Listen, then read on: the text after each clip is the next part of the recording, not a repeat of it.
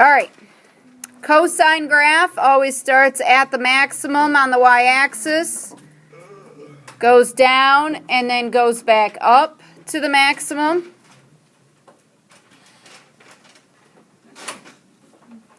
Therefore, the negative cosine graph on the y-axis would start at a minimum, then go up to the maximum and back down.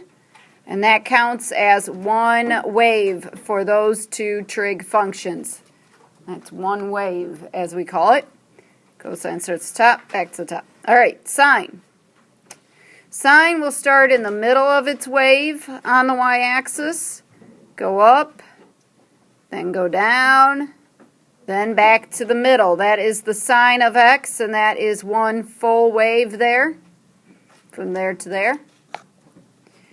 And then the negative sine of x instead would start in the middle and start down, and then up, and back to the middle. So that's the negative sine of x parent function.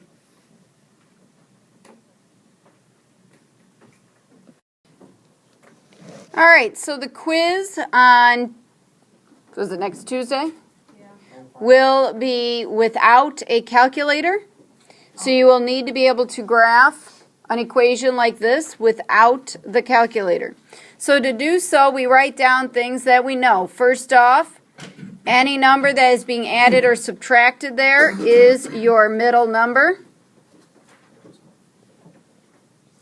If it was being subtracted, then it would be negative. So the middle number is 4 on the y-axis. The number in front that we are multiplying by will be how far up we go.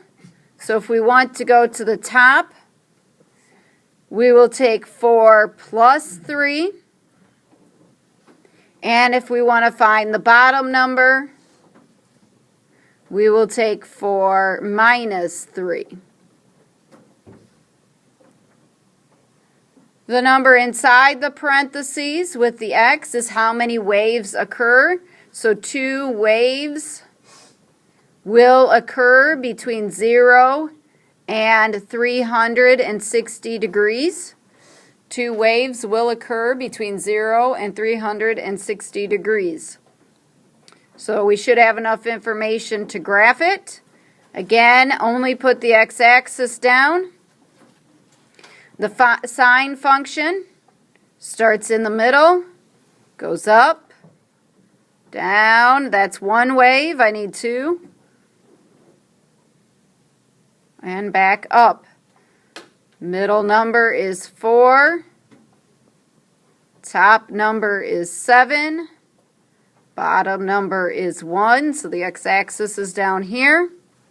2 waves between 0 and 360. So this is 360. This would be 180.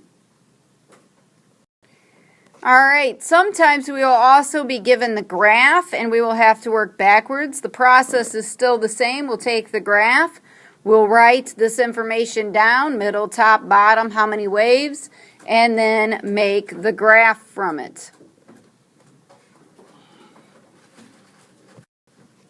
Okay, so if I have a graph that looks like this,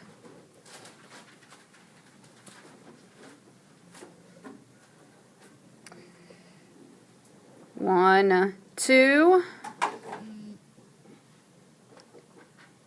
This is down here at -4. And this is 360. So one wave occurred between 0 and 360. Top should be there at 2. Top is at 2.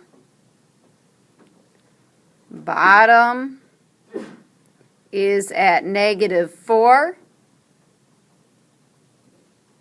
And where is the middle? Well, you got a couple options there. You could just start at the top and the bottom and move until you get to the middle. Or you could add them together and divide by 2 to find the average between those two. Add them together and then divide by 2 and you get a -1. Does look like -1 is the middle of that wave. And then we have to figure out how much we have to add to get up to the top. How far is the top from the middle? So from -1 to 2, we would have to go up 3. Move up 3. The distance from the middle to the top is 3. It is in the middle, so the distance from the middle to the bottom should also be 3. Again, you could just count them or subtract if you wish. All right, what type of wave is this? This starts on the y-axis on the top and goes back, so that is a cosine. Okay, so if I have to move up 3, it's 3 cosine, one wave, so 1x, and the middle is at -1. So 3 cosine of x minus 1 is the equation that would produce that graph.